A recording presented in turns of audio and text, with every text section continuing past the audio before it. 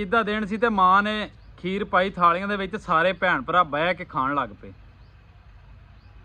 ते मां रोण लग पई ते आंदी पुत्रा भी तुहानूं जिहड़ा तुहाडा बाहर भरा परदेसी है ਉਹਦਾ ਕੋਈ ਚੇਤਾ नहीं है, ਉਹਦੇ ਨਾਲ ਕਿਸੇ को ਰਾਬਤਾ नहीं कीता, तुहाडा ईद दा दिहाड़ा सी तुसीं पुछिया ही नहीं ਉਹਨੂੰ।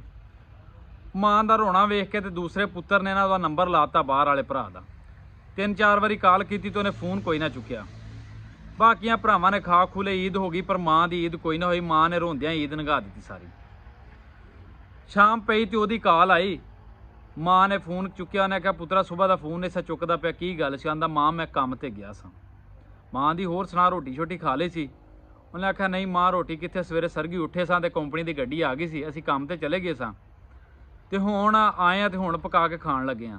ते मां रोण लग पई गल सुन के। उन्हें कहा पुत्रा सुबह का भुखा ही टुरिया फिरदा सी, ईद दा दिहाड़ा। उन्हें आख्या मां गल है भी तेरे वर्गी मां इत्थे कोई नहीं बैठी भी जिहड़ी पका के सानूं दे देवे।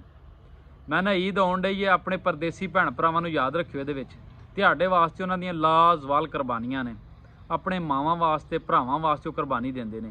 वो ईद दे दिन भी काम करदे ने ते भुखम भाणे करदे ने, तुसां इत्थे जैशियां करदे जे। मैं ना बाहर चों कमाया होया 1 रुपया भी जिहड़ा उन्हां दा हुंदा ना, वो खून पसीने की असल कमाई वो हुंदी है।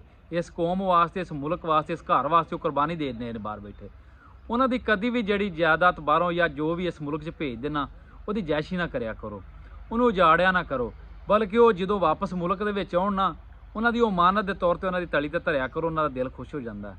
बाकी उन्होंने ऐसी ते ना भुल्लियो, मेरी दुआ है कि मेरे परदेसी भरा हमेशा खुश रहन, खैर नाल जिवें जांदे ने खुशी नाल, इस तरह खुशी की खबर लैके वापस आउण।